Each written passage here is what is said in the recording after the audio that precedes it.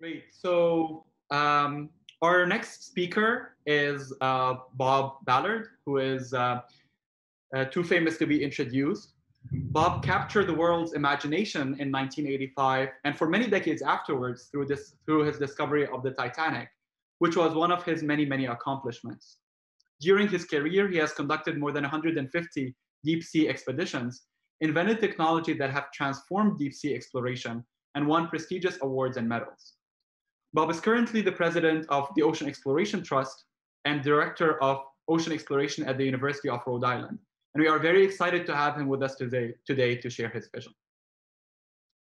So, Bob, you are on and you are great. If you would like to take it away. Thank you for joining us.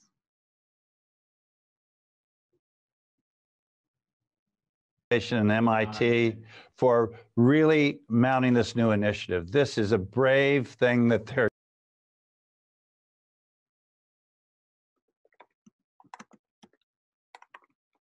Oh, we need to unmute the mic, please.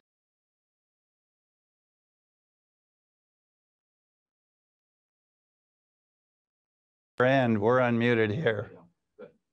Can you hear me now? Yes, it's great. Thank you very much, Bob. Well, like I said, I want to commend the National Science Foundation and MIT for initiating this new program. It really takes a lot of boldness to do this. As you'll see, I've been working with the National Science Foundation since I first arrived at the Woods Hole Oceanographic Institution in 1967. And I've been dealing with the foundation all that time. And one of the things I learned in physics was moving an object that's already underway and accelerating it is a lot easier than moving an object that's at rest. Overcoming inertia of rest requires tremendous amount of energy. And so what I'd like to do is to really look at the history of the paradigm shifts that I've experienced over my 60 years of working with the National Science Foundation and the Office of Naval Research. And this is a classic illustration by Sloan, who had the luxury of studying paradigms. Paradigms that, if we're lucky, most of us will only see one or one and a half of them.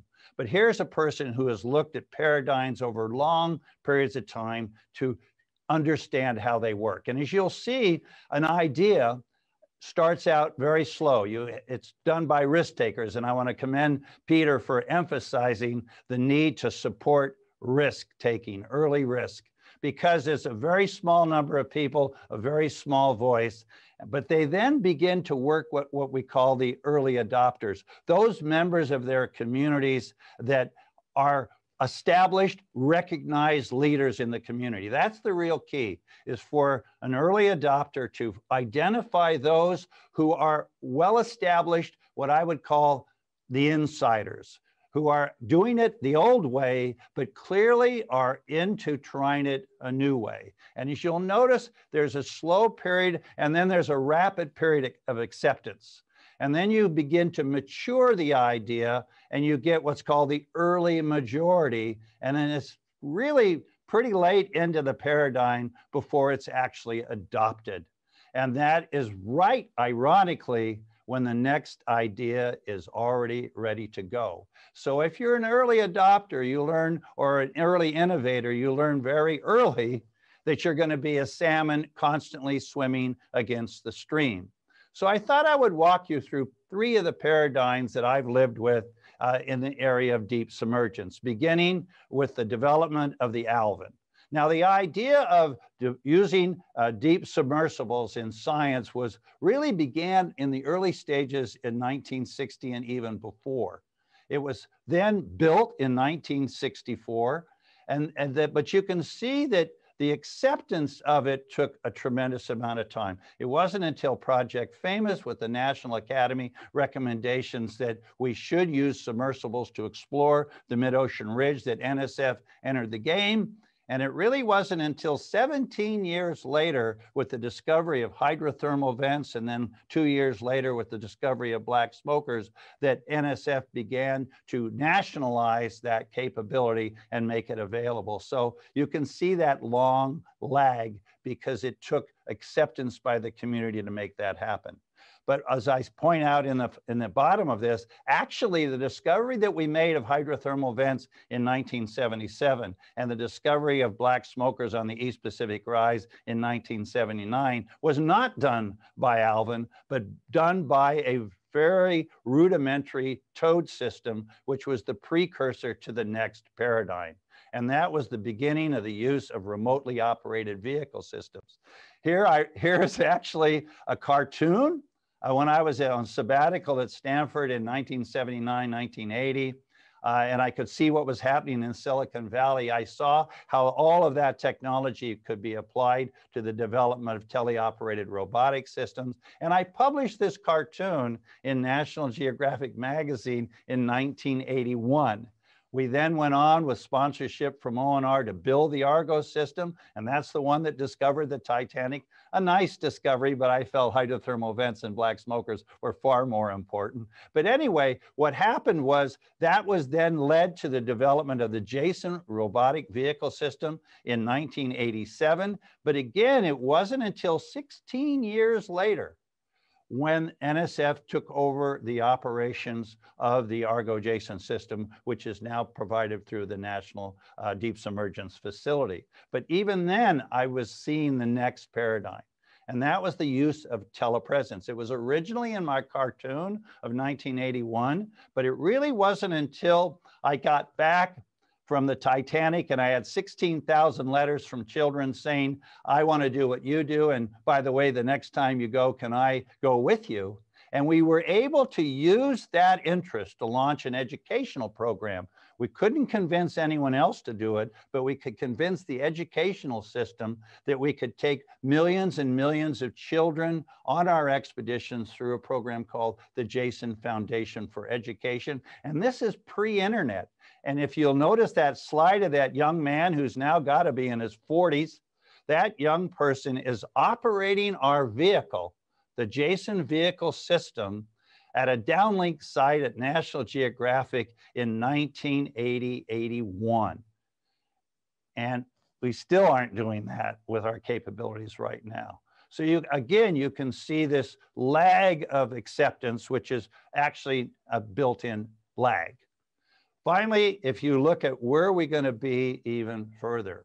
Well, I personally believe that humans are land-breathing animals that like to be on land. And if you look at 95% of the world's population is on less than 5% of the planet. So are we really meant to be under the ocean, spend vast amounts of time at sea? I personally think not.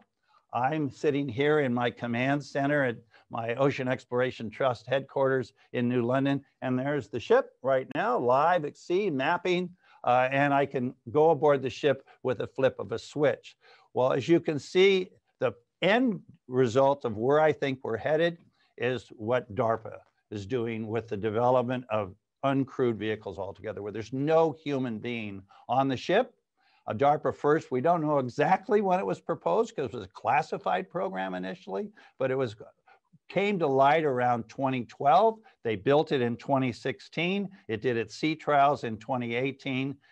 But when are we going to accept this kind of paradigm? Well, let's explore the problem.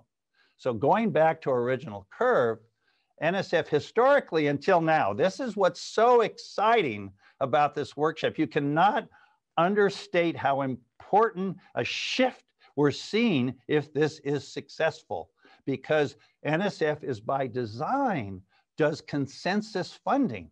When the majority wants to do it, well, look where the majority is in a paradigm.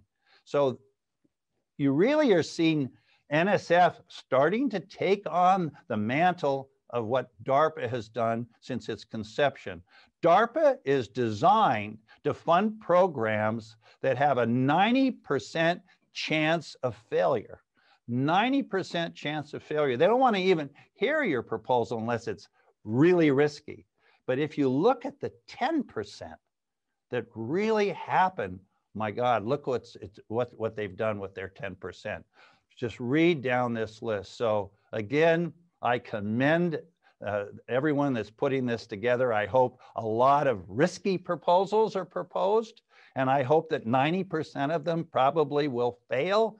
And I commend NSF to consider doing that, because it's the 10% is worth the investment. So I want to thank NSF for letting me give a little history lesson. Thank you very much.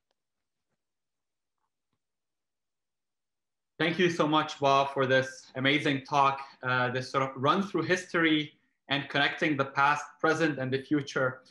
One question that I had is that it seems that you were always swimming up, like against the stream upstream. What were the things that you did as a researcher and a pioneer to be able to convince, basically accelerate the funding and accelerate the interest so that you could sort of get faster to this phase of growth over your career?